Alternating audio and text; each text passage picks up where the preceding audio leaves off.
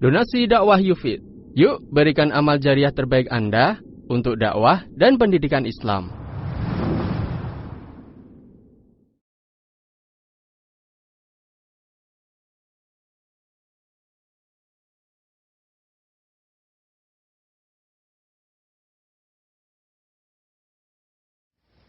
Bismillahirrahmanirrahim. Innal hamdalillah nahmaduhu wa nasta'inuhu wa nastaghfiruh wa na'udzu billahi min shururi anfusina wa sayyiati a'malina. Man yahdihillahu fala mudilla lahu wa man yudlil fala hadiya lahu. Wa asyhadu an la ilaha illallah wahdahu la syarika lah. Wa asyhadu anna Muhammadan abduhu wa rasuluh sallallahu alaihi wa alihi wasallam. Ya ayyuhalladzina amanu taqullaha haqqa tuqatih wa la tamutunna illa wa antum muslimun. يا أيها الناس اتقوا ربكم الذي خلقكم من نفس واحدة وخلق منها زوجها وبث منهما رجالا كثيرا ونساء واتقوا الله الذي تساءلون به والأرحام إن الله كان عليكم رقيبا. يا أيها الذين آمنوا اتقوا الله وقولوا قولا سديدا يصلح لكم أعمالكم ويغفر لكم ذنوبكم ومن يطع الله ورسوله فقد فاز فوزا عظيما. أما بعد فإن أحسن الكلام كلام الله وخير الهدى هدى النبي صلى الله عليه وآله وسلم وشر الأمور محدثاتها وكل محدثة بدعة وكل بدعة ضلالة وكل ضلالة في النار. Kaum muslimin jamaah subuh, bapak-bapak, ibu-ibu, ikhwani wa akhwati fiddin rahimani wa rahimakumullah jami'an. Alhamdulillah, kita kembali senantiasa memuji syukur kepada Allah Subhanahu wa taala. Dengan kita senantiasa menguatkan ingat kita kepada Allah Subhanahu wa taala, dengan maksud agar kita senantiasa diteguhkan oleh Allah nikmat hidayah, nikmat taufik, nikmat dilapangkan dada kita untuk menerima kebenaran, untuk dipilihkan nikmat qalbiyah, nikmat batiniyah, yang kemudian dengannya Allah Azza wa Jalla memperbaiki kehidupan kita dan menjadikan semua kehidupan kita menjadi kehidupan yang nikmat, yang kemudian sebagaimana kehidupan ini diingatkan oleh Allah Subhanahu wa taala kepada Rasulullah sallallahu alaihi wa alihi wasallam ketika Allah Azza wa Jalla menyebut nikmat besar yang Allah Azza wa Jalla kaitkan dengan nikmat hidayah, ketika Allah Azza wa Jalla berkata kepada Rasulullah sallallahu alaihi wasallam, alam nashrah laka sadrak, tidakkah kami Allah telah melapangkan dada engkau wahai Muhammad sallallahu alaihi wasallam.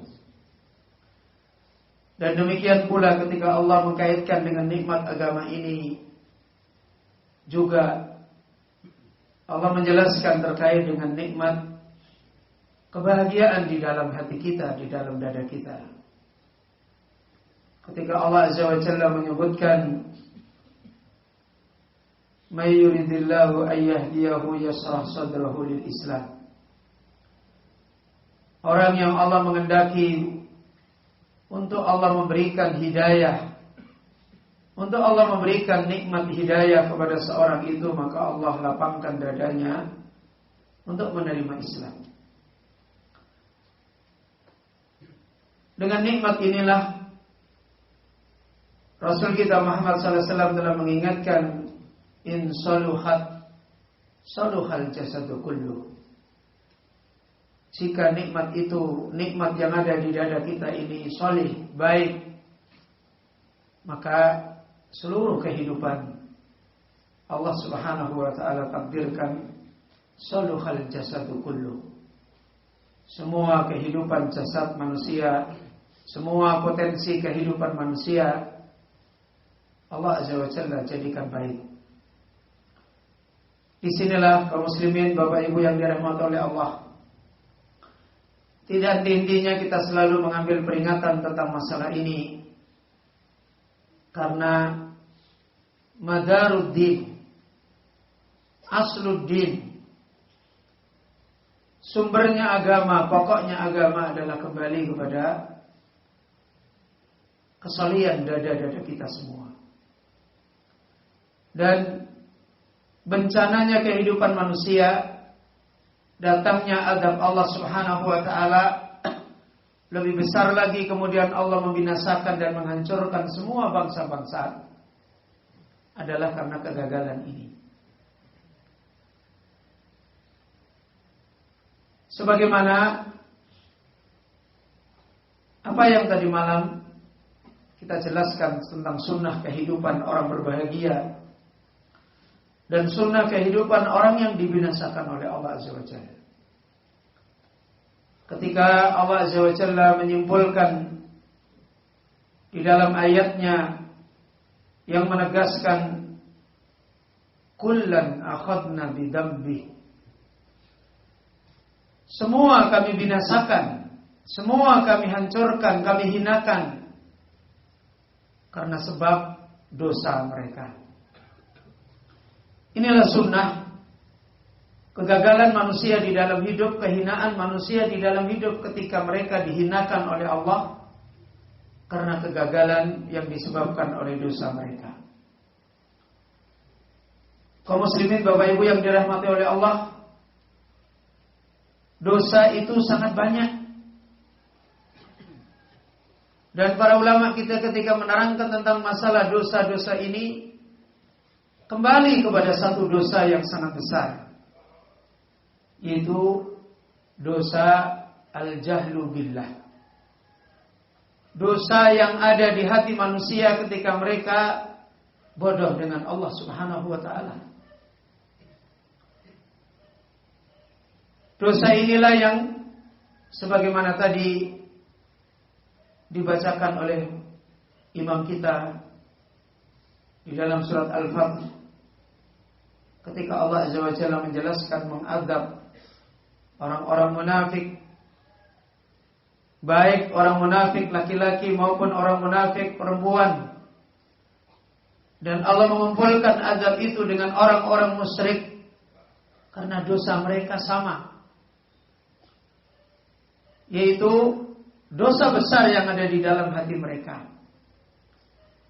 baik musyrik laki-laki maupun musyrik perempuan. Apa dosa yang dimaksudkan di sini? Ad-dhanina billahi dhannas saw. Yaitu mereka adalah orang-orang yang dhannina billah, orang-orang yang mereka mempunyai anggapan pemahaman tentang Allah dhannas saw, dengan anggapan pemahaman yang buruk. Alaihim dairatus saw, karena dosa yang ada di dalam hati mereka adalah orang-orang yang dhannina billahi dhannas saw, maka Allah timpahkan, Allah datangkan kepada mereka kehidupan mereka alaihim dairatus saw. Semua potensi mengepung pada mereka adalah keburukan. Semua potensi kebaikan menjadi potensi kejahatan. Semua potensi kebaikan menjadi potensi kerusakan. Itu manakala manusia sudah terjatuh di dalam dosa ini, sehingga akan membawa dia kepada kubangan satu dosa kepada dosa kepada dosa kepada dosa, membawa kepada dia satu kegagalan kepada kegagalan kepada kegagalan. Bahkan Al-Imam Ibnul Qayyim rahimahullah menasihatkan Walau arafan nas kulla syai', sekalipun manusia mereka telah sukses dengan semua apa yang ada, kulla syai', ketika mereka bodoh kepada Allah Azza wa Jalla, faka'annahu lam ya'rif syai', dia itu seperti orang yang tidak dapat apa-apa. Dia adalah seperti orang yang seluruh potensi hidupnya adalah gagal. Ini kaum muslimin, Bapak Ibu yang dirahmati oleh Allah. Sehingga pada kesempatan ini kita kembali mengambil mudzakarah peringatan tentang bagaimana cara orang beriman mengenal Allah Subhanahu wa taala. Di dalam Al-Qur'an ketika Allah menerangkan kebutuhan yang sangat mendesak, yang dimana Allah Azza wa Jalla menjadikan ukuran orang berbahagia dan orang yang diadab dari zaman ke zaman itu adalah seperti ini. Yang inilah yang diingatkan oleh para ulama kita, di antaranya si Abdul Salam bin Barjas. Kenapa bangsa-bangsa ini hanya bisa disembuhkan dengan para ulama, dengan para nabi, yang dimana kita memahami perjalanannya para anbiya, perjalanannya para pewaris para anbiya adalah mengajar, memberikan nikmat ilmu, dan semua ini adalah kembali kepada nikmat qalbiyah, nikmat hati. Karena tugas mereka yang paling mendasar adalah memperbaiki hati manusia. Tugas mereka yang paling mendasar adalah mengembalikan manusia untuk mengenal penciptanya dengan benar. Sehingga mereka tidak menjadi orang-orang yang hati-hati mereka sebagaimana hatinya orang munafik, hatinya orang musyrik, hatinya orang-orang yang mereka dhannina billahi dhanna saw'. Sehingga potensi hidup mereka adalah bergelimang dengan potensi kejahatan besar ini, yaitu syirkun billah, syirik dengan Allah Azza wa Jalla. Dan akhirnya mereka menjadi orang-orang yang mati semua, walaupun dohir-dohir mereka hidup. Sebagaimana Allah mengingatkan tentang mereka, awaman kana maitan. Mereka ini disebut oleh Allah sebagai orang-orang mati. Sehingga karya-karya mereka bukan memperbaiki hidup mereka, malah membinasakan hidup mereka. Ini kembali kepada dosa yang ada di hati tadi. Allah mengingatkan di dalam surat Al-Qasas ayat ke-58. Allah menyebutkan wa kam ahlakna min qaryatin batirat ma'isyataha. Berapa banyak bangsa-bangsa kami binasakan, negeri-negeri kami binasakan. Dan ini adalah adab Allah Azza wa Jalla. Ketika kita berbicara tentang adab, ketika kita berbicara tentang pertolongan Allah Azza wa Jalla, kaidahnya bukan pakai kaidah manusia. Kalau kaidah manusia, kaidah yang biasa, 1 + 1 = 2 ya. Itu kaidah manusia. Orang miskin ketika mereka diselesaikan masalahnya, dikasih kekayaan, itu kaidah manusia. Kalau orang tadinya hidup lapang dengan kekayaan, pengen rusak, diambil kekayaan, itu kaidah manusia. Bisa dipahami, bisa diprediksi, bisa dicerna oleh akal manusia, bisa diikuti dengan riset-riset manusia. Tapi beda apabila Allah mendatangkan bahagia dan kehancuran manusia. Ini gak bisa dipahami oleh manusia. Nabi pun tidak paham. Nabi Nuh tidak paham kalau manusia akan ditenggelamkan oleh Allah semua. Gak paham. Tahu-tahu ketika melihat manusia ditenggelamkan. Nabi Musa juga tidak paham. Nabi Yusuf juga tidak paham kalau dia yang terusir ke sana kemari kemudian dijadikan raja. Gak paham. Karena itu bukan kaidah manusia. Kaumnya Lot juga tidak pernah mengerti kalau dia akan dihujani dengan batu-batu berapi dan kemudian dikubur di tanah. Juga tidak tahu. Karena sebab musababnya la yudrakul uqul, tidak bisa dipahami akal. Maka kaum muslimin Bapak Ibu yang dirahmati oleh Allah, kalau kita sudah memahami seperti ini, memahami tentang perbuatan Allah Azza wa Jalla yang qahar, yang maha perkasa seperti ini, maka wilayah kita bukan kita membicarakan ini. Wilayah kita adalah membicarakan sebab apa supaya kita tidak dihancurkan dengan adab. Sebab apa supaya kita diselamatkan dari adab. Allah Azza wa Jalla ketika menyebutkan tentang binasanya negeri-negeri, hancurnya negeri-negeri yang tidak pernah mereka pahami sebelumnya, bahkan dihidupkannya negeri-negeri yang mereka juga tidak pernah pahami sebelumnya, yang tadi kita kisahkan. Ketika Allah menghidupkan negeri, Ashabul Kahfi tidak ngerti, suruh tidur di gua, habis itu dibangunin, ini negerinya sudah berubah jadi baik. Begitu juga ketika Allah menghancurkan negeri, para nabi juga nggak tahu. Umat yang mau dihancurkan juga tidak bisa memprediksi. Maka Allah tidak mengingatkan persoalan ini. Ini wilayah Allah Azza wa Jalla. Yang Allah ingatkan, kenapa negeri itu dihancurkan? Kenapa negeri itu dibinasakan? Orang mungkin mengatakan kalau begitu Tuhan tidak adil, Allah tidak adil. Ini kebodohan lagi yang bertingkat-tingkat. Bagaimana Allah yang semua makhluk miliknya, kemudian Allah menjalankan sifat keadilannya, kemudian Allah dituduh Allah itu tidak adil. Itulah dosanya orang munafik. Itulah dosanya orang musyrik. Mereka selalu dalam kubangan donnina billahi donna saw. Apa-apa selalu punya anggapan yang jelek tentang Allah Azza wa Jalla. Maka Allah menyebutkan dosa yang disebutkan terkait dengan ini, batirat ma'isyatah.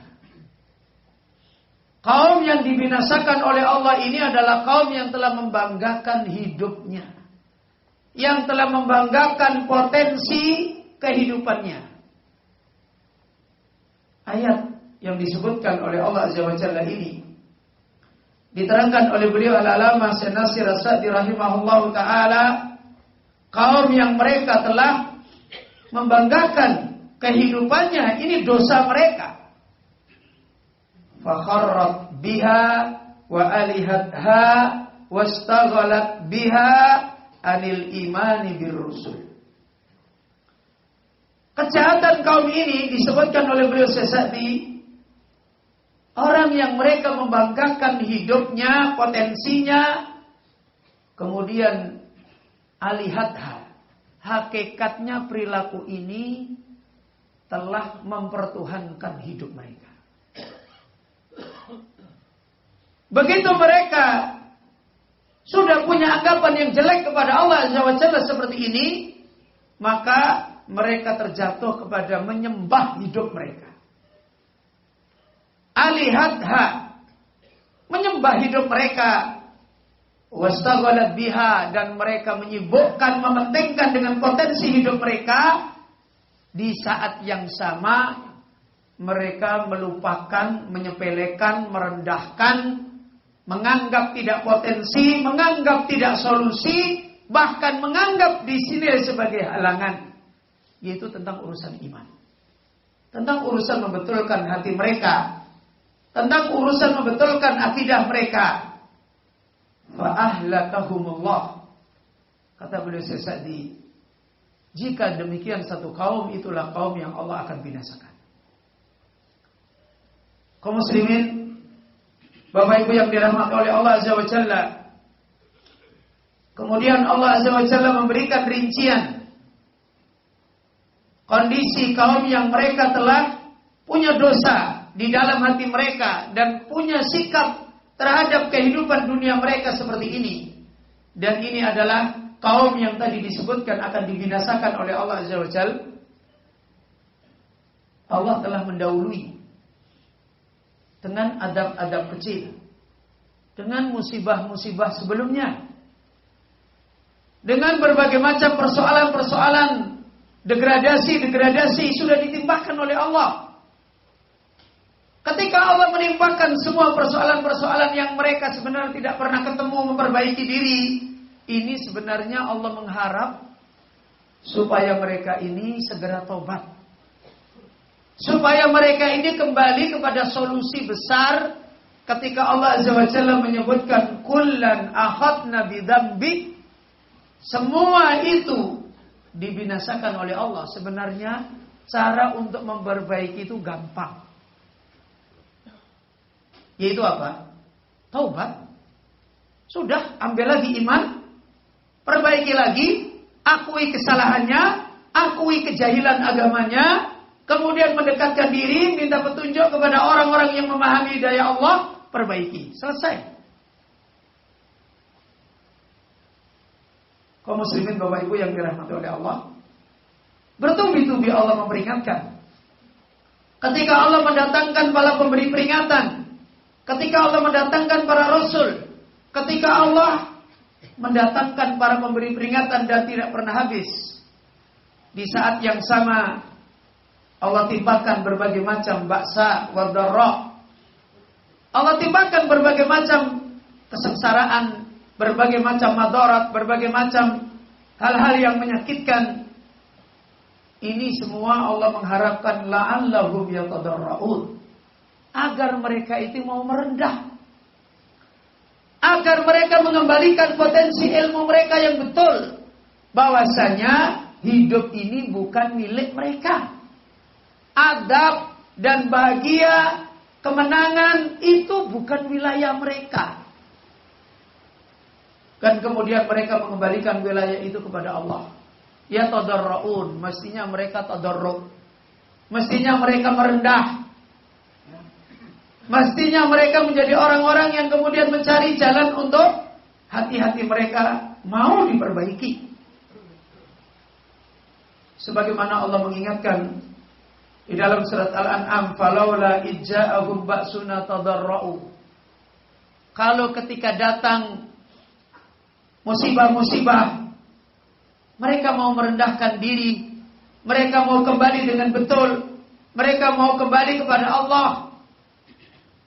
Akan tetapi kondisi yang ada pada mereka disebutkan oleh Allah, dosa mereka ini telah menjadikan mereka tidak bisa keluar. Kenapa? Allah menyebutkan tentang dosa mereka, walakin qasat qulubuhum. Hati-hati mereka ini sudah keras. Itu rincian daripada dosa mereka. Hati-hati mereka ini sudah keras. Kenapa hati mereka keras? Nasu ma dzukiru bihi. Mereka adalah orang yang sudah lupa dengan peringatan, dengan ajaran, dengan ilmu besar. Ilmu untuk hati mereka mengenal kepada kehidupan yang hakikatnya adalah mentauhidkan Allah. Hati mereka ini sudah keras. Kemudian mereka hatinya sudah lupa, tidak ada ilmu yang diberikan oleh Allah. Kemudian Allah menerangkan kembali dosa yang ketiga. Fatahna alaihim abwaba kulli syai'. Kemudian Allah hidupkan mereka, malah dibukakan dunia mereka. Jadi hati mereka keras, gagal mengenal Allah, malah dunianya senang. Ini tanda-tanda kehancuran.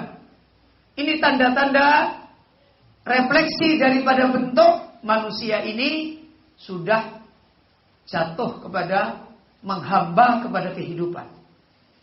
Mempertuhankan, menjadikan hidup dunia mereka dijadikan sebagai tandingan Allah. Dan inilah dosa dhanina billahi dhannasaw. Orang-orang yang mereka mengenal Tuhannya, mengenal penciptanya, mengenal sesembahannya, Allahu Rabbul Alamin, dengan mengenal yang buruk. Di dalam ayat yang lain Allah menyebutkan lebih gamblang kembali, lebih jelas kembali tentang dosa mereka. Apa kata Allah Azza wa Jalla? Wa nuqallibu afidatahum wa absarahum kama lam yu'minu bihi awwala marrah. Kami balik, kata Allah, kami balik hati mereka. Pemahamannya dibalik. Ya, pemahamannya dibalik. Bicara untuk memperbaiki hidup mereka, sepertinya mereka adalah pakar untuk memperbaiki hidup, namun kemudian mereka menjadi orang yang kacau. Padahal sebenarnya kalau kembali kepada ilmu yang besar yang dijelaskan oleh Allah, kenapa terjadi bencana? Dosa. Terus bagaimana menyelesaikannya? Taubat. Kan sederhana. Tinggal ikuti. Tidak perlu mengundang panelis, tidak perlu mengundang simposium, tidak perlu mengundang polemik, tidak perlu tiap saat dipanggilkan orang yang dianggap pakar tetapi bingung dengan kehidupan. Mestinya mereka, kalau mereka ini tahu persis, tahu kaidah-kaidah besar yang datang dari langit, mereka akan mengikuti jalan itu sederhana dan malah dibukakan kebaikan oleh Allah. Maka Allah sebutkan keadaan mereka ini karena hatinya dibalik oleh Allah. Hatinya dibalik oleh Allah Azza wa Jalla. Wa absarahum, risetnya juga dibalik. Cara memandang objektivitas ilmiah sudah dibalik. Banyak perkara yang tidak objektif dianggap objektif. Banyak perkara yang itu bukan ilmu, sebuah aksioma kebenaran dianggap sebagai kebenaran. Cara memandangnya sudah dibalik. Kemudian Allah menyebutkan mereka kama lam yu'minu bihi awwala marrah. Kondisi mereka kembali seperti jahiliyah dulu. Seperti dulu enggak kenal Allah. Seperti dulu menjadi orang yang belum dapat hidayah. Kama lam yu'minu bihi awwala marrah. Kemudian wa nadaruhum fi tughyanihim ya'mahun. Allah biarkan mereka di dalam kebingungannya. Ini dosa mereka dirinci oleh Allah Azza wa Jalla. Maka Allah biarkan mereka di dalam kebingungannya. Kaum muslimin, Bapak Ibu yang dirahmati oleh Allah Azza wa Jalla. Kemudian Allah menggamblangkan kembali, menjelaskan kembali tentang dosa-dosa mereka ini.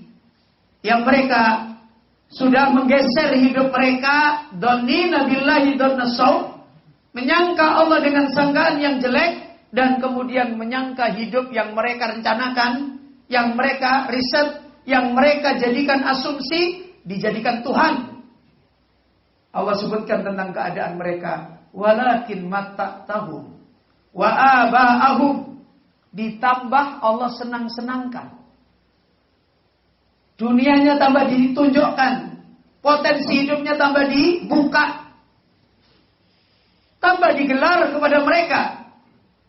Hatta nasud dzikra, sehingga mereka menganggap inilah potensi mereka. Mereka menganggap ilmu tentang tauhid, ilmu tentang Al-Quran, ilmu tentang sunnah, oh ini tidak potensi, gak ada hubungannya. Itu nanti kalau mau masuk kubur baru diurus. Innalillahi wa inna ilaihi raji'un. Beliau Syafi'i rahimahullah kemudian menjelaskan at-tamattu fid dunya alladhi sarafahum anil huda. Senang-senang dengan kehidupan dunia. Itulah yang menjadikan mereka bebal hatinya. Tidak dapat hidayah. Dan ini potensi yang sekarang sudah banyak menimpa kita. Lihatlah anak-anak kita di dalam belajar. Ketika dunianya kita berikan kepada mereka, tambah bebel mikirnya. Tambah gak pinter-pinter. Ya. Lihatlah orang-orang dulu. Ketika dunia mereka sederhana, ketika dunia mereka sedikit, malah cerdas-cerdas mereka. Ya. Karena ternyata cerdas itu bukan karena banyaknya dunia, banyaknya gizi, bukan. Gitu Pak Dokter. Ya. Saya punya murid dokter di Semarang. Dia mengatakan, Ustadz, cerdas itu ternyata di otak manusia itu banyak guratan-guratan. Betul Pak? Jadi orang cerdas itu di otak manusia itu apa ya? Ya kalau kulit itu ototnya udah merengkel-merengkel gitu loh. Paham ya? Ya. Itu orang cerdas. Jadi kalau orang bodoh itu di otaknya itu nggak ada guratan-guratannya. Lah guratan itu bukan karena susu Indomelek. Guratan itu orang itu di otak banyak kena guratan karena sering membentur. Ada masalah ini ceder, menggurat, masalah ini ceder. Jadi dihadapkan dengan banyak masalah-masalah yang dihadapi. Ini yang disebut sehingga orang itu jadi cerdas. Justru ketika orang itu tidak ada banyak masalah yang dihadapi, tidak kekurangan ini, malah ininya tidak akan banyak membentur. Coba, tubuh itu kalau kuat, gitu. Gimana Pak Ote? Tubuh tentara itu kan kuat Pak Ote. Kenapa? Karena sering dibanting-banting ya Pak Ote. Ini Bapak Ibu yang dirahmati oleh Allah. Allah menyebutkan tentang keadaan mereka senang-senang dengan dunia ini adalah yang menjadikan mereka dipalingkan oleh Allah jadi beban. Gak bisa memahami daya. Gak bisa menjadi orang cerdas. Maka Allah menyimbolkan dalam beberapa ayat lagi yang lain. Fabima naqdihim mitsaqahum dalam surat Al-Maidah. Fabima naqdihim mitsaqahum dengan sebab mereka melanggar. Dengan sebab mereka merusak janji mereka sebagai hamba kepada pencipta untuk menjadi hamba yang menerima agama. Ketika mereka sudah melanggar merusak janji mereka, la'annahum, kami laknat mereka, wa ja'alna qulubahum qasiyah, kami jadikan hati mereka keras. Kemudian itu karena ada kejahatan ilmu. Allah menyebutkan kejahatan ilmu, mereka lupa kepada peringatan Allah ini, yukharrifunal kalima amma wadihi. Mereka sudah membolak-balikkan kaidah ilmu dari tempat-tempatnya. Ayat ini dibawa ke sana, hadis ini dibawa ke sana, kebenaran ini dibawa ke sana. Sehingga sekarang kalau Bapak Ibu mendengar orang berbicara tentang agama, pusing kepalanya. Kan pusing. Di zaman para imam dulu kalau orang ketemu ulama itu cerah, nikmat hatinya. Sekarang ketemu orang ngomong tentang agama, pusing. Satu ayat jadinya aneh-aneh semua. Yukharrifunal kalima amma wadihi. Mereka telah merubah-rubah perkataan Allah dari tempat-tempatnya. Nasu haddon mimma dzukiru bihi. Itulah mereka kemudian menjadi orang yang telah lupa dengan peringatan Allah Azza wa Jalla. Kemudian Allah menyebutkan wala tazalu tattali'u ala kha'inatin minhum. Maka hidup mereka selalu khianat. Kalau orang negarawan mengatakan enggak punya integritas. Ya kan begitu. Dikasih ini bohong, dikasih ini dicuri, dikasih ini kehidupan mereka. Beliau Sesati rahimahullahu taala menyimpulkan di dalam tafsir beliau tentang dosa-dosa hati manusia di dalam kebodohan mereka mengenal Allah Azza wa Jalla, kemudian bergeser hidup mereka menjadi hidup syirik ini. Dosa-dosa itu dirinci oleh Allah. Kata beliau sesat yang pertama, hidup mereka dilaknat oleh Allah. Tidak ada barokah. Setiap potensi baik jadinya kejahatan. Ini menunjukkan dapat laknat. La barokata fiha, gak ada barokah. Apalagi potensi jahat. Ya kan? Coba lihat kita. Di mana potensi baiknya manusia? Para pemimpinnya. Harusnya kan baik kan potensinya. Di mana lagi potensi baiknya mereka, para orang alimnya? Hari ini tidak perlu kita mengundang pakar. Mengundang orang biasa saja sudah bisa menilai. Sakjane orang-orang pintar kita ini baik atau enggak genah. Tukang beca aja sudah bisa menilai. Enggak perlu kita diskusi bawakan dalil. Sakjane orang-orang yang ngurusi umat manusia, ulil amr misalnya, ini sakjane banyak orang baik atau banyak orang enggak genah. Itu sudah tahu semua. Yang tidak perlu kita tuding-menuding ke sana kemari. Dan ini semua menunjukkan hidup ini sudah la'annahu. Allah laknat mereka. Nggak ada barokah di dalam hidup. Ya, nggak ada barokah. Saya jadi ingat ada murid saya, bapak-bapak, beliau kerja di pertanian. Salah satu program di pertanian itu membantu menyalurkan bantuan seperti ternak, ya, ke beberapa yang perlu dibantu, dana hibah tapi dikontrol. Ya, beliau itu menyalurkan ada sekitar kalau nggak salah 10 sapi atau 15 sapi ke sebuah pondok pesantren untuk membantu tumbuhnya pondok pesantren. Ini kalau bapak-bapak ingin tanya, beliaunya ada di Semarang, ya, termasuk santri di madrasah di Semarang, dan umur beliau mungkin sudah mau 70. Tapi kalau datang bawa kitab. Beliau menyalurkan dana sekitar 15 sapi atau 10 sapi ke sebuah pondok. Bulan pertama didatengin, ditengok. Ya, ditengok.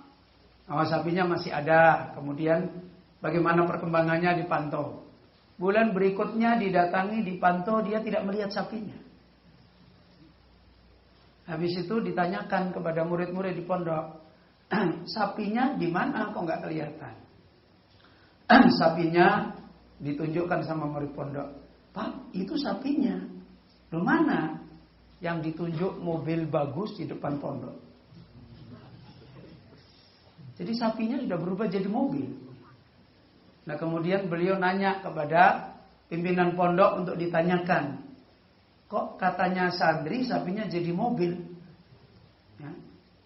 Maka pimpinan pondoknya bilang, loh, kalau beramal itu yang ikhlas. Udah pinter toh? Kalau beramal itu yang ikhlas. Kalau sudah membantu yang ikhlas, gak usah ditanyain lagi. Lu mau dijadikan mobil, mau dijadikan apa? Berarti kalau situ begitu nggak ikhlas, malah diserang balik. La haula wala quwata illa billah. Kayak gitu nih cerita yang sudah begitu, sudah di mana-mana. Dan itu sudah menunjukkan satu potensi kehancuran. La'annahum. Ya. Apalagi yang di bawah. Ya kan?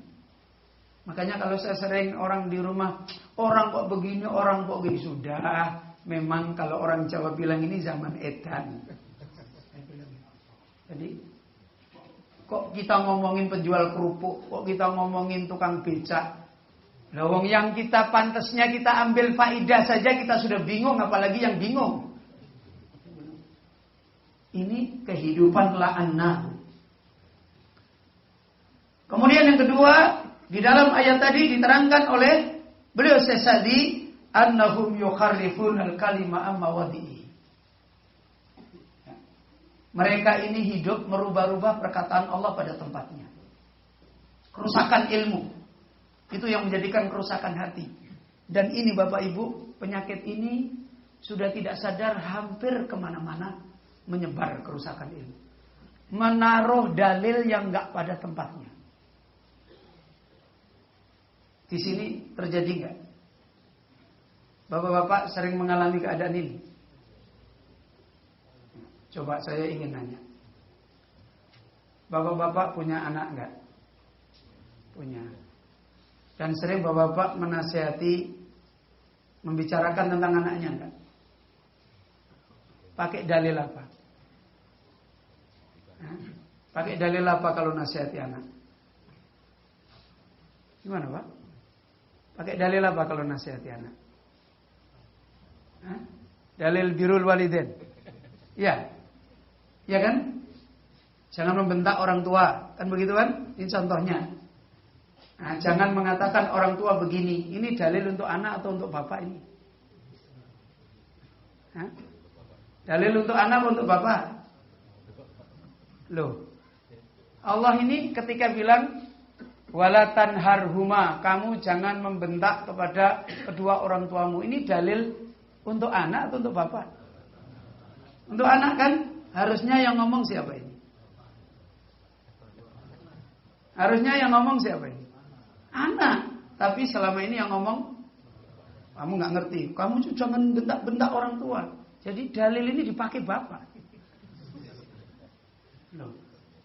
Coba sekarang anak kita kalau marah sama orang tua, pakai dalil apa? Harusnya anak kita pakai apa tadi? Dalil birrul walidain toh. Tapi anak kita pakai dalil, Pak, ingat ku anfusakum. Dalil siapa ini? Dalil bapak dipakai anak. Tidak terasa ini kita ini. Karena pergeseran hati yang sudah jauh.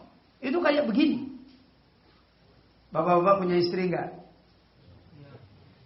Sering enggak menghadapi istri membuat kepala pening? Pakai dalil apa? Pakai dalil apa coba? Dunia mata wa khairu mata'iha mar'atu sholihah. Kowe ora ngerti kowe. Dunia itu kebahagiaan dan kebahagiaan dunia itu wanita sholihah. Kamu itu jadi wanita sholihah. Dalil untuk siapa ini? Untuk istri, tapi dipakai siapa? Bapak, pakai suami. Nanti kalau istri sering bingung dengan suaminya, nasihati suaminya, pakai dalil apa? Pakai dalil untuk suami. Ini menunjukkan kita ini aja nggak sadar, sering menempatkan dalil yang nggak pada tempatnya. Yuharrifunal kalima mawadihi. Ini contoh sederhana aja. Harusnya bapak-bapak itu sibuk dengan dalil untuk bapak-bapak. Anak-anak itu sibuk dalil untuk anak-anak. Istri itu sibuk dalil untuk istri. Suami sibuk dalil untuk suami. Coba kita ketika ribut dalam keluarga, sampai saya pernah sampaikan, ada ngaji hak suami istri. Suami sama istrinya ini datang semangat di pengajian. Pak, kita perbaiki nih keluarga kita. Ini ada kajian hak suami istri. Wah, datang ke pengajian.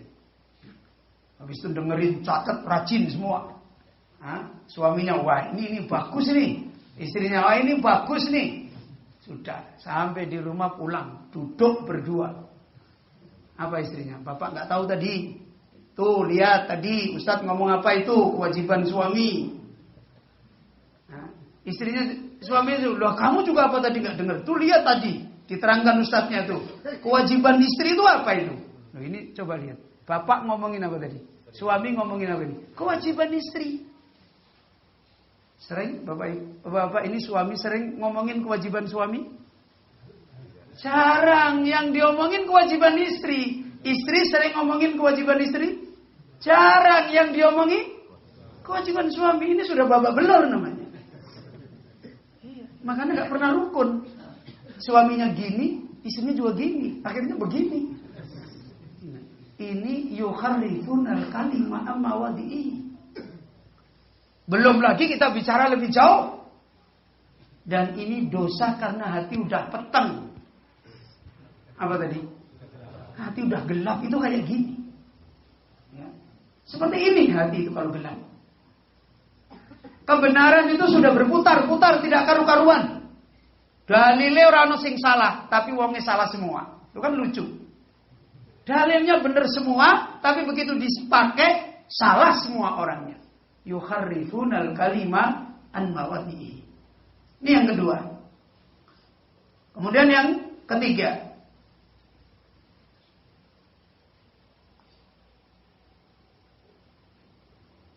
Wa ja'alna qulubahum qasiyah. Hatinya keras. Jadi dengan adanya perilaku ilmu yang seperti tadi, tidak menambahkan hati menjadi terbuka, menjadi lapang, maka hati itu menjadi keras. Ya. Di mana ini adalah musibah terkait ketika manusia adalah seperti ini. Di mana hati itu la yanfa'uhal ayat wan nudur. Tanda kalau hati itu keras, ayat, peringatan, nasihat itu gak bisa masuk. Ya. Ngaji, yaono ya ini, gak ada perkembangan apa-apa. Akhlaknya juga gak bertambah baik. Cara berpikirnya juga gak bertambah lurus. Apa yang dicari di hidup juga gak pernah jelas-jelas. Padahal ya wis cerdak kuburani. Sudah mau dekat kuburan itu juga nggak paham hidup. Ini menunjukkan hati yang keras. Kemudian yang kelima, yang keempat, nasuhat dan mimma dzukiru bihi. Semua potensi peringatan, potensi ilmu, potensi agama itu sudah disepelekan, dilupakan. Sudah dianggap bukan kembali menjadi solusi. Ini diantaranya disebutkan oleh beliau. Kemudian yang kelima, al-khiyanah al-mustamirah. Hidupnya penuh dengan kecurangan. Sulit untuk bisa hidup lurus, jujur. Semuanya berpotensi untuk khianat, untuk khianat, untuk khianat. Dan kemudian yang keenam adalah tamattu bid dunya. Apa-apa diukur dengan kesenangan dunia. Apa-apa diukur dengan keberhasilan dunia. Ukurannya dunianya bisa apa, dapat apa. Ini semua adalah potensi yang menjadikan hancurnya sebuah bangsa. Dari sanalah para ulama kita menasihatkan. Di antaranya beliau Syekh Muhammad bin Shalih Al-Utsaimin rahimahullahu taala, beliau menyebutkan innar rifahiyah hiya allati tudammirul insan. Hidup senang itulah yang sekarang banyak akan menjadi menghancurkan manusia. Kita dulu Bapak Ibu, orang-orang tua dulu ketika hidup dalam urusan dunia, bagaimana hidup mereka? Hidup senang atau hidup sederhana? Sederhana. Kalau orang Jawa itu dulu ngomongin anak-anaknya, le urip kuwi mung sak derma, ya kan? Apa itu, Pak? Jadi hidup itu cuma segitu, ya sudah. Kemudian apa kata orang tua? Urip kuwi ora usah ngerangsang. Tahu ngerangsang, Pak? Ini ya ngoyo itu kerjaan, kalau ngerangsang itu keinginan. Ning ngarepe iki wis ana iwak. Ada ikan, sebelahnya ono daging, sebelahnya lagi ini dimakan belum selesai, ini diambil. Ini dimakan belum selesai, ini diambil. Oh, kayak ada lagi, ini diambil. Namanya gerangsang. Ya. Dulu waktu saya mondok di kampung, kampungnya itu mayoritas petani. Itu bapak-bapak itu yang kerja itu. Rumangsaku kerjane iki yo kaya wong dolanan itu, ora nusang jempalik. Pada sholat subuh jamaah sama Pak Kiai, gue pacul mau sawah, dah macul dung dung dung dung dung. Habis itu jam 7 istrinya datang ke sawah, bawain nasi. Piye Pak, ya ini wis kesel gini. Ya, dah makan, melanjutkan macul sebentar. Kira-kira sampai jam 10 pulang. Dah, habis itu mandi, kemana? Ke musola, ke langgar, ke masjid-masjid kampung. Sudah di situ sholat duhur, tadarus Al-Quran sampai asar. Itu orang dulu. Dan terus makannya piye? Ya nunggu panen. Ngono ki ya ora bingung, ora kredit, ora macam-macam. Nunggu panen. Nunggu panen ini ya tenang wae, orang mikir, lho engko nek parine dimakan ini wis tenang aja dia. Sore duduk sama kiai, dengerin kitab dibacakan. Sudah jam 8 malam wis turu.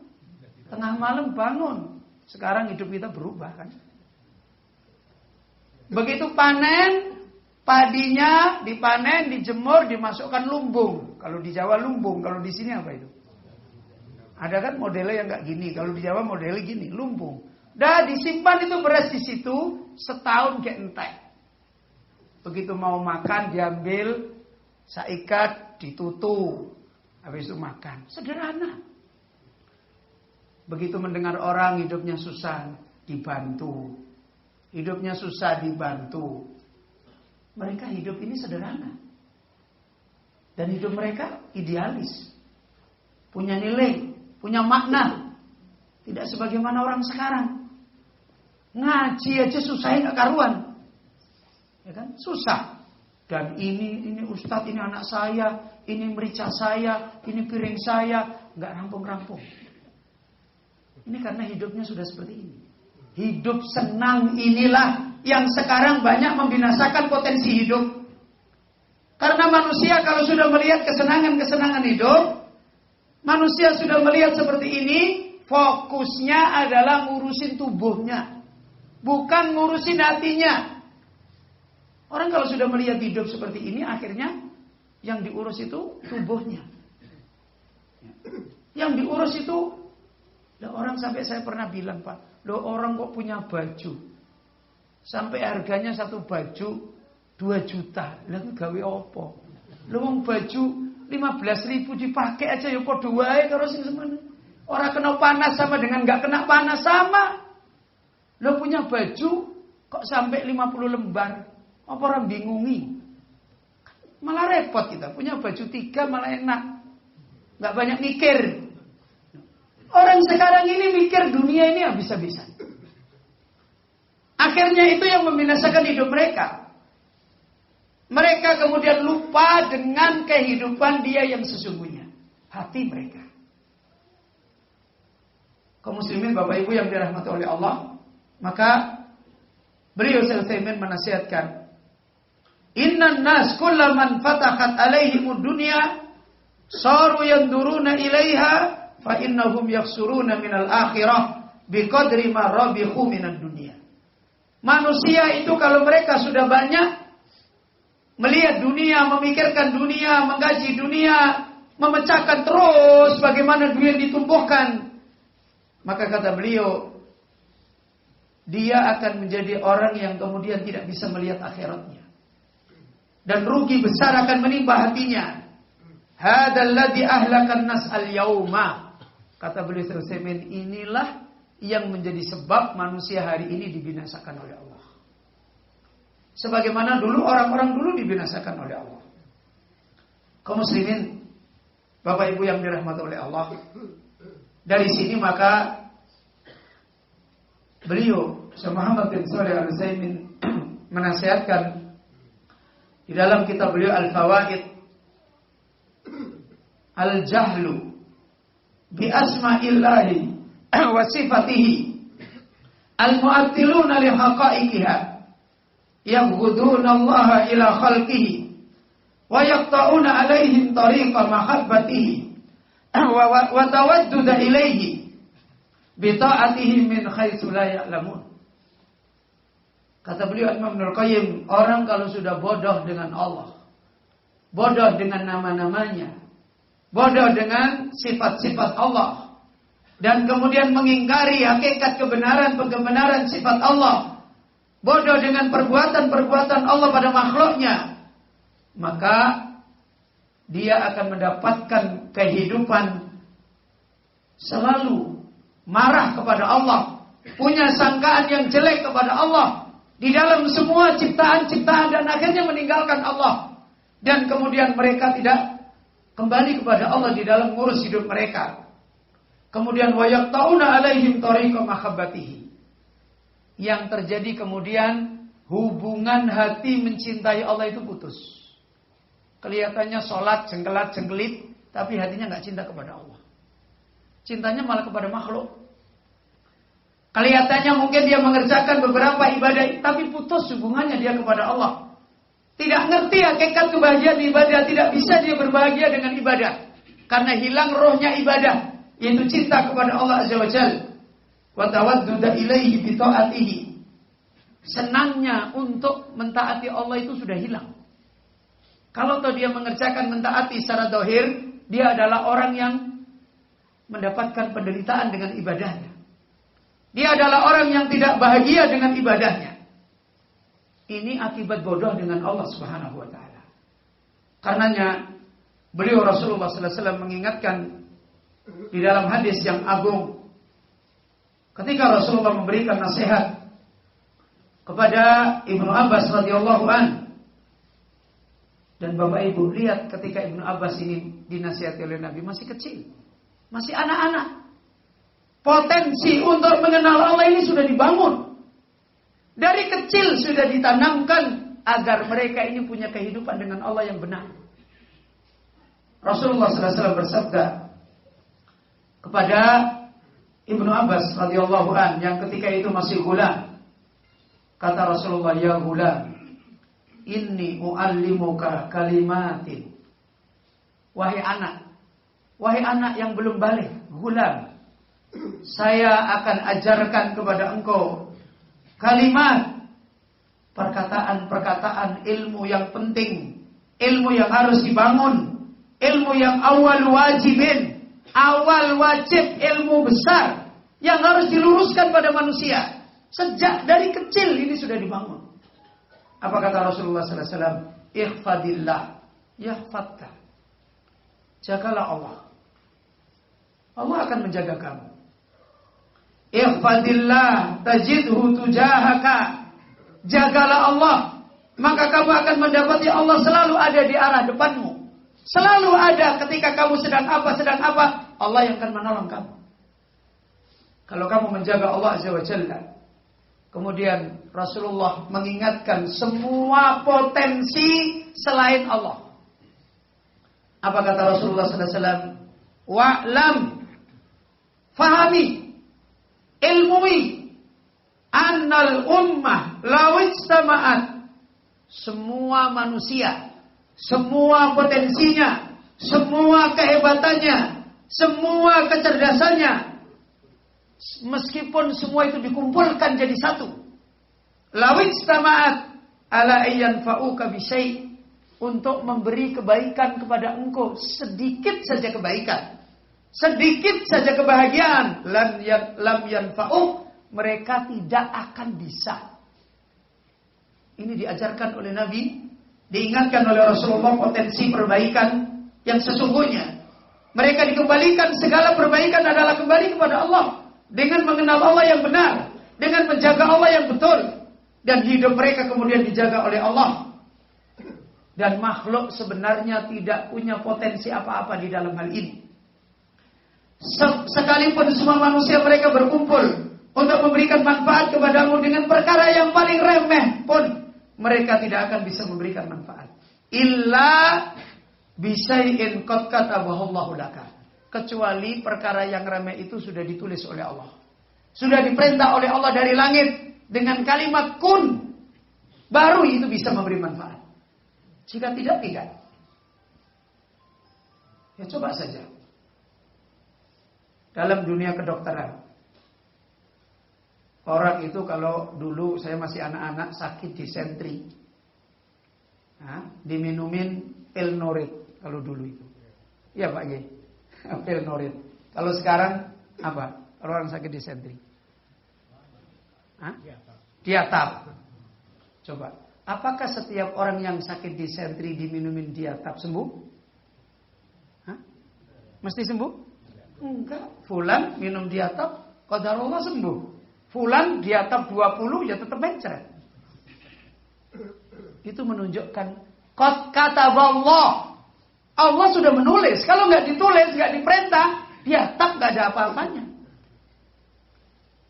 Karena makhluk itu ciptaan, sifatnya makhluk. Gimana Pak? Ciptaan enggak sifat makhluk? Obat, makhluk enggak? Sifatnya obat apa? Loh, sifatnya apa? Sifat obat itu menyembuhkan. Nah, obat ini makhluk enggak? Makhluk. Sifatnya obat apa tadi? Menyembuhkan. Makhluk enggak ini? Makhluk. Bukan itu potensi yang ada pada obat pada dirinya sendiri. Enggak. Kalau Allah mentakdirkan sifat ini ada, sembuh. Kalau sifat ini ditakdirkan oleh Allah dengan kalimat kun tidak ada, nggak bisa. Sekarang api, makhluk nggak Pak? Sifatnya apa?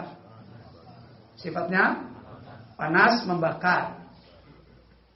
Sifatnya api panas membakar, itu makhluk nggak? Makhluk. Bisa nggak sifat ini diambil oleh Allah? Bisa. Pada waktu Ibrahim alaihissalam, Allah berkata kepada api, ya nar, kuni, bardan, wasalaman. Allah rubah sifat api menjadi bardan, dingin. Salaman, menyelamatkan. Khalid bin Walid Di depannya disuruh minum racun. Dan dia tahu itu racun. Kemudian dia minum aja. Ya dia tidak apa-apa.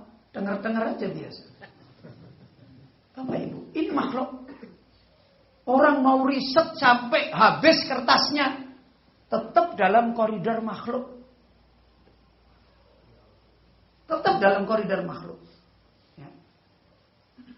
Bapak Ibu yang dirahmati oleh Allah Subhanahu wa taala. Ini kaidah yang diajarkan. Kaidah yang dinasihatkan oleh Rasulullah sallallahu alaihi wasallam. Dari sini dalam riwayat yang lain Nabi menyebutkan ta'arraf ilallah firraha ya'rifka fisiddati. Bagaimana caranya membangun kenal Allah yang benar? Gimana cara mengenal Allah yang benar? Ta'arraf ilallah firraha. Kalian mengenal Allah di waktu lapang. Kita kalau pas lapang kenal atau lupa? Nah itu hati yang sudah gelap. Kapan kita kenal Allah?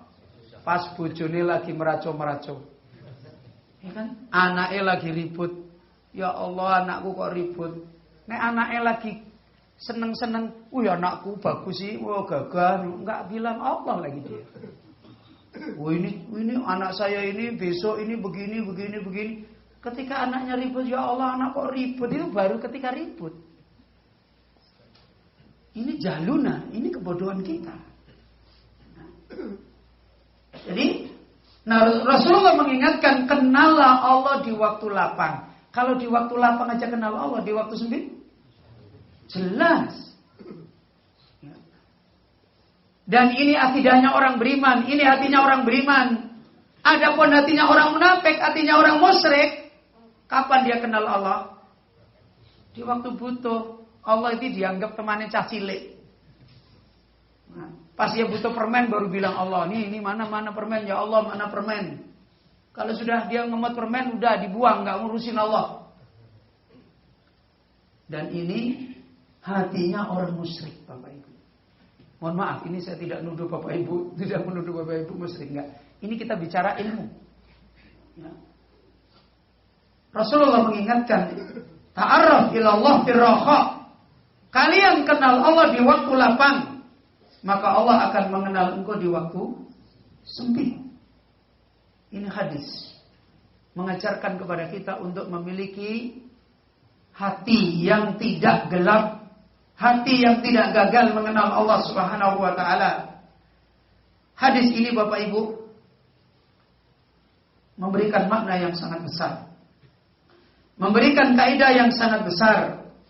Karena sebagaimana dinasihatkan oleh para ulama tentang persoalan ini, inna ba'dal khalqi hadahumullah yata'amalu ma'allah wa ka'annahu yata'amalu ma'atifli shaghir. Kata para ulama kita, sungguh sebagian makhluk, semoga Allah memberi hidayah kepada mereka. Mereka ini punya muamalah kepada Allah seperti muamalah kepada anak kecil. Masya Allah, padahal Allah mengenalkan dirinya wa huwal aliyul azim. Allahu la ilaha illa huwal hayyul qayyum.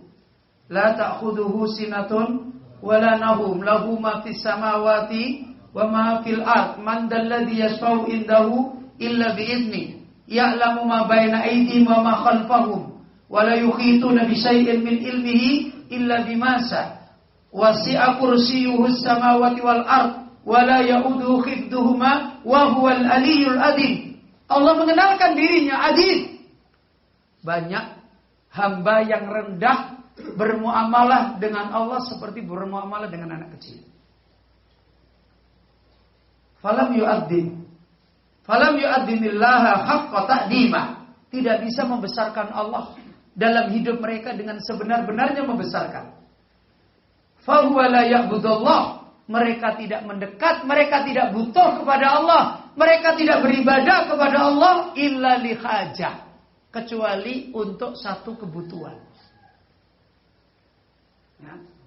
Kenapa? Karena mau minta tolong. Ya kan? Karena mau iyyaka nasta'in, maka dia melakukan apa? Baru ya'budu. Dari awal ini negara kok ya ora ape-ape, dipikir terus, dimusyawarahke terus.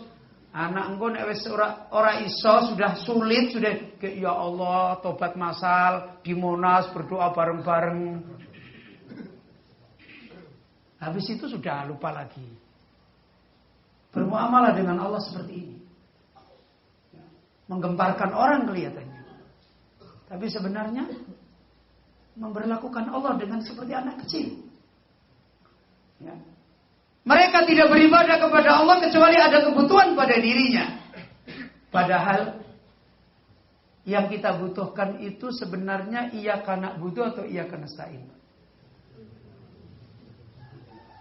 Benar enggak? Hah?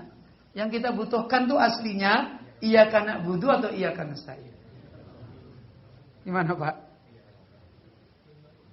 Ya, sudah. Betul dua-duanya, tapi mana yang sebenarnya yang prioritas? Bagaimana buktinya? Sekarang kita ambil contoh. Contoh real aja. Kalau orang misalnya kena musibah, uangnya 1 juta hilang. Terus lunga dukun ora iso. Ngeneng Pak polisi ora iso. Ya. Minta tolong temennya nggak bisa. Biasanya terakhir manusia itu ngapain? Minta tolong ini nggak bisa, ini nggak bisa, ini nggak bisa, terus ngapain, Pak? Hah? Berdoa kan? Nah, wis lah, sudahlah ndonga wae ra wis ndonga. Kan gitu. Sudah, akhirnya dia berdoa. Duduk, dia sholat, berdoa. Pas dia berdoa, kira-kira uangnya 1 juta terus jatuh gitu, pok gitu. Gitu enggak? Enggak kan? Ya dite ya ora ono kan? Tapi dia doa. Pada waktu dia doa dan pada waktu dia muter-muter tadi ke Pak polisi, ke dukun, ke macam-macam, mana yang lebih menenangkan dia? Hah? Mana yang lebih menenangkan dia? Jadi sakjane iki tujuannya pengen duitnya balik atau dia pengen tenang? Nah kalau pengen tenang berarti ngapain? Beribadah kan? Tidak kembali uangnya, dia beribadah, tenang, itu sudah jawaban. Dan kenapa dia pengen uangnya kembali? Kan supaya tenang hatinya. Nah nggak usah kembali tapi hatinya tenang kan berarti selesai. Gimana Pak? Betul nggak Pak? Loh, sekarang uangnya pengen kembali itu cari apa? Kan duitnya, wah alhamdulillah tenang hatiku, duitku sudah kembali. Ya kan begitu kan? Loh sebenarnya yang dicari duit kembali atau tenang? Tenang. Udah duit kembali, habis itu duitnya kembali 1 juta, tidur dia nyaman, taruh di bawah apa? Kasurnya. Habis itu diintip anaknya. Diambil lagi sama anaknya, enggak tenang lagi. Yang dicari itu ibadah atau isti'anah? Ibadahnya. Tapi kita sekarang ini kebanyakan orang, sebagai contoh, doa itu ada berapa macam, Pak? Ada 2. Apa? Doa ibadah atau doa masalah? Doa ibadah dan doa masalah. Yang lebih sering kita ini doa masalah atau doa ibadah? Itu. Berarti nggak bahagia itu dengan ibadah. Karena kalau doa ibadah itu di situ nggak disebutkan duit 1 juta, itu kan nggak disebutkan, ya kan? Tidak disebutkan jabatannya naik, kan nggak ada. Habis sholat istighfar, istighfar itu doa nggak? Doa. Loh, orang itu sekarang sibuk dengan doa masalah, tidak sibuk dengan doa ibadah. Sampai-sampai Ustaz, habis sholat boleh berdoa nggak? Loh, berdoa. Loh, ada ajarannya Nabi? Ada, tapi bukan doa masalah. Doa apa? Doa ibadah. Mana doanya? Allahumma antas salam wa minkas salam. Itu doa. Loh, tapi di situ nggak disebutkan uang 1 juta itu. Ini manusia. La ilaha illallah Muhammadur Rasulullah. Bapak-bapak, ibu-ibu, doa ibadah itu dikabulkan enggak? Ada pengkabulannya enggak? Hah? Ada pengkabulannya enggak? Ada. Malah pengkabulannya itu kita tidak sebut. Ketika kita tidak menyebut pengkabulannya, Allah memberi melimpah. Kalau kita cuma minta duit 1 juta, ya udah dikasih duit 1 juta. Tapi ketika kita istighfar, diampuni oleh Allah, dijaga semua. Rezekinya disiapkan, bencananya dijauhkan, nggak perlu kita ngomong.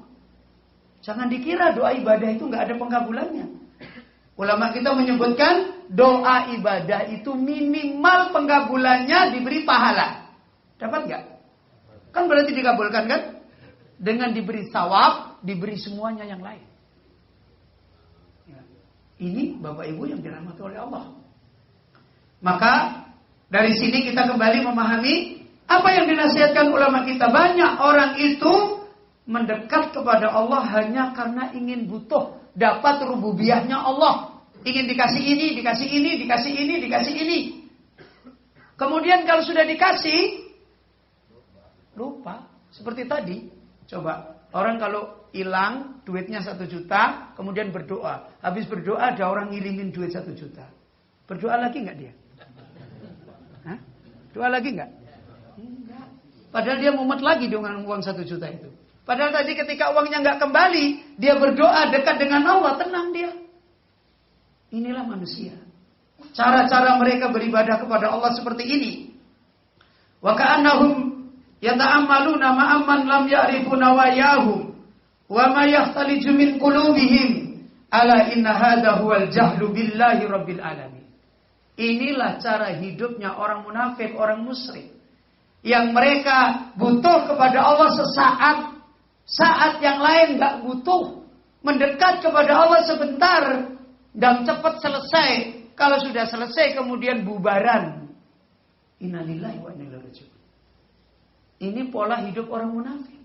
Pola hidup orang musyrik. Pola hidup orang yang hatinya gelap. Hidup yang dikehendaki orang-orang yang hatinya diberikan oleh Allah. Kemenangan ini adalah orang yang dia mengenal Allah tidak pernah putus. Dan tandanya di waktu lapang. Belum ada musibah. Belum ada kesempitan. Belum tiba masa-masa sulit. Dan hidup sudah kita terangkan tadi malam. Berubah atau tetap apa? Berubah. Sekarang ada masa lapang. Sebentar lagi ada apa? Ada masa sulit. Itu pasti. Gak mungkin tidak. Ya. Sebentar ada masa. Sekarang ini kita lagi tidak ada masalah. Nanti akan muncul ada masalah. Mungkin kita sekarang ini hidup tidak kena keadaan-keadaan yang menyulitkan. Sebentar lagi terjadi. Dan ini hidup. Karena itu kita harus membangun kehidupan mengenal pemilik hidup dengan terus, terutama di waktu lapang. Bapak Ibu yang dirahmati oleh Allah, dan ini yang disebut oleh para ulama ma'rifatun khassah. Mengenal Allah secara khusus. Tidaklah mengenal Allah sebagaimana caranya orang munafik, caranya orang musyrik. Mengenal Allah hanya kondisional. Ya, mengenal Allah hanya setempat, sewaktu, sesaat, dan ini memberlakukan Allah. Innalillahi wa inna ilaihi raji'un. Kaum muslimin Bapak Ibu yang dirahmati oleh Allah, Al-Imam Ibnu Rajab Al-Hambali beliau menerangkan ma'rifatul abdi li rabbih naw'an. Mengenalnya seorang hamba kepada Allah itu ada 2 macam. Ya. Yang pertama al-ma'rifatul ammah. Mengenal umum, mengenal yang dikenal oleh keumuman orang. Orang musyrik pun kenal. Orang musyrik kenal Allah enggak, Pak? Kenal. Ahli kitab kenal Allah enggak? Kenal. Musyrikin Quraisy dulu kenal Allah enggak? Kenal. Iblis kenal Allah enggak? Kenal. Ma'rifatul ammah, kenal yang sifatnya umum. Apa? Yaitu sekedar iqrar wa tasdik. Ya Allah itu ada. Pencipta. Tuhan yang Maha Esa, kata orang. Ada. Bahasa yang lain, Gusti sing murbing dumadi. Wah, ini ada. Nah, sekedar tahu. Allah berkuasa. Sekedar tahu. Global. Ini namanya ma'rifatul ammah. Butuh ilmu banyak enggak mengenal seperti ini? Hah? Enggak butuh ilmu banyak. Orang secara fitrah sudah ada juga. Mengenal seperti ini gak butuh banyak. Kalau cuma iman itu mengenal Allah dengan seperti ini, gak perlu didatangkan Quran Sunnah. Gak perlu didatangkan para Rasul sampai berjuang ngajarin orang cara mengenal Allah. Gak perlu. Kalau cuma mengenal Allah hanya sekedar mengenal secara ammah, secara global. Fir'aun aja mengakui secara global tentang dakwahnya Musa. Kalau dakwahnya Musa itu adalah betul, itu diakui oleh Fir'aun. Dan ini jenis-jenis ma'rifatul ammah. Ya, yang penting kan ya wis ngakoni nek Allah itu ada. Ya kan? Yang penting toh ya wis ngakoni nek bangsa ini bertuhan, religius. Sekedar itu ma'rifatul ammah. Mengenal secara umum. Hada ammatul lil mu'minin. Dan mengenal seperti ini juga mengenal yang dimiliki pada umumnya orang beriman. Dan mengenal secara umum ini tidak banyak memberikan dampak kehidupan mengenal Allah yang benar. Sebagaimana, mohon maaf, banyak di antara orang beriman dhannina billahi dhannasau. Hati-hati mereka masih punya pemahaman tentang Allah, tentang pemahaman yang tidak baik. Padahal dia orang beriman. Cara hidup iman dia dengan Allah, mohon maaf, masih banyak sama dengan cara hidupnya orang yang tidak beriman. Masih banyak sama. Mereka banyak dosa, kita juga banyak dosa. Ya kan? Mereka kalau ada orang lain dapat nikmat, kita nggak dapat, mereka kemudian protes, kita juga sering terjadi begitu. Illa man rahimahullah. Duh, kok fulan kok yang dikasih ya? Saya padahal dari dulu berjuang loh. Saya pendiri yayasan nomor 1. Malah dapatnya segini. Oh itu fulan yang baru kemarin dapatnya banyak. Dhannina billahi dhannasau. Kondisi-kondisi yang menunjukkan cara-cara kita mengenal Allah Azza wa Jalla itu adalah ammah. Dan ini kata Syekhul Islam Ibnu Taimiyah, wujuduhu ka'adamihi. Adanya mengenal Allah seperti ini seperti nggak ada. Potensi dia kayak orang lain, kayak orang musyrik, kayak orang munafik. Kenapa? Karena tidak berdampak dalam hidup dia. Ya, masih terganggu dengan makhluk, masih terganggu dengan cintanya harta, masih terganggu dengan cintanya anak, masih terganggu dengan cintanya istri, masih terganggu. Masih mengorbankan agama-agama, dosa masih gampang dijatuhkan pada dia. Ini karena modal iman ammah. Ada dalilnya enggak di dalam Al-Quran? Ada. Lihat dalam surat Al-Hujurat. Ketika Allah menerangkan, wa in ta'ifatani minal mu'minin. Kalau ada 2 kelompok orang beriman. Pakai nama iman enggak Pak ini? Hah? Pakai nama iman enggak di ayat ini? Pakai mu'minin. Tapi apa yang dia lakukan? Ittatalu. Saling bunuh-membunuh. Bunuh-membunuh ini kebaikan atau kejahatan? Yang melakukan siapa tadi? Orang mukmin. Itu dalil. Dan ini yang sebenarnya kalau kita ini pada bulan-bulan zakat harusnya diingat juga di bulan-bulan ini. Kalau kita sedang bulan zakat itu salah satu orang yang kita kasih zakat itu apa? Siapa? Selain fakir. Miskin, selain miskin. Amil, selain amil. Hah? Siapa lagi? Hah? Sabilillah, selain itu mu'allaf. Apa artinya mu'allaf? Mu'allafatu qulubuhum kan? Orang yang imannya masih lemah. Lho awake dhewe iki wis 20 tahun ya imannya lemah. Berarti berhak dapat zakat semuanya. Lho masih bingung kan? Ya innalillahi wa inna ilaihi raji'un. Jangan dikira orang yang mu'alaf itu yang baru kemarin masuk Islam. Kita ini dari dulu udah 20 tahun imannya masih ammah juga. Masih ammah. Dan ini sebenarnya kita masih kena mu'alaf. Tapi mu'alaf mengeluarkan zakat. Bukan mu'alaf yang dikasih zakat. Bapak Ibu yang dirahmati oleh Allah. Ini apa yang diingatkan oleh para ulama kita. Mengenal Allah itu ada mengenal yang sifatnya cuma umum, global. Ini modalnya nggak banyak. Kemudian yang kedua, ma'rifatun khassah. Mengenal Allah yang khusus. Taqtadi mailal qalbi ila Allah bil kulliyah. Mengenal Allah yang khusus ini akan merealisasikan hati itu hanya condong fokus kepada Allah saja. Yang lain nggak ada di hati. Ini butuh perjuangan nggak, Pak? Butuh. Baru butuh ilmunya Rasul, butuh ustaz, butuh belajar asma wa sifat, butuh mengenal Allah, butuh mengenal namanya, butuh mengenal sifatnya. Nabi aja membuat sekolah mengenal Allah khusus. Nabi membuat sekolah, buat madrasah. Berapa ini pelajaran mengenal Allah yang khusus ini diajarkan Nabi kepada para sahabat? 10 tahun. Itu belajarnya nggak belajar apa-apa. Cuma belajar mengenal Allah. Belajar tauhid. Ini ma'rifat khassah. Makanya kehidupan para sahabat dulu hatinya langsung berubah total. Hobinya minum diharamkan, buang.